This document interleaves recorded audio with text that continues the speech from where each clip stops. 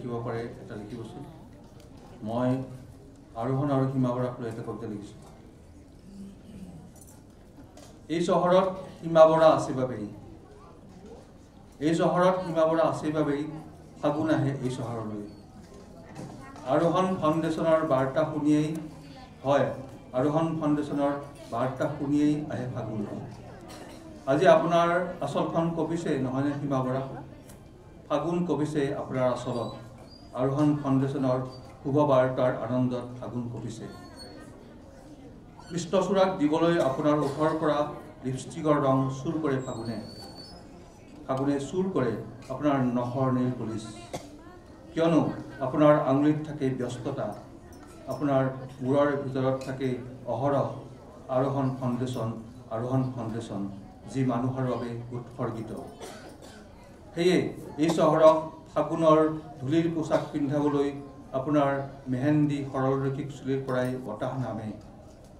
মানুহৰ চকী মেজ আৰু আলমাৰী, দুৱাৰ খিৰিকী আৰু বাৰাণ্ডাৰ ধূলিবোৰত ফাগুনে থৈ যায় আৰোহণৰ তেজাল অস্তিত্ব। যি ধূলিত নাম লিখিব পাৰি প্ৰেমেৰে, সীমা বৰা হয় সীমা বৰা। এই চহৰত সীমা বৰা আছে বাবেই এজন কবি আছে এই চহৰত, আৰু তেওঁ ফাগুনৰ ধূলিত লিখে আপোনাৰ নাম। আপোনাৰ খোজৰ তালে তালে ফাগুন খটখটিয়ে দি উঠি যায়। আৰোহণ ফাউণ্ডেশ্যনৰ মজিয়াত ফাগুনে চাই আৰ্চি।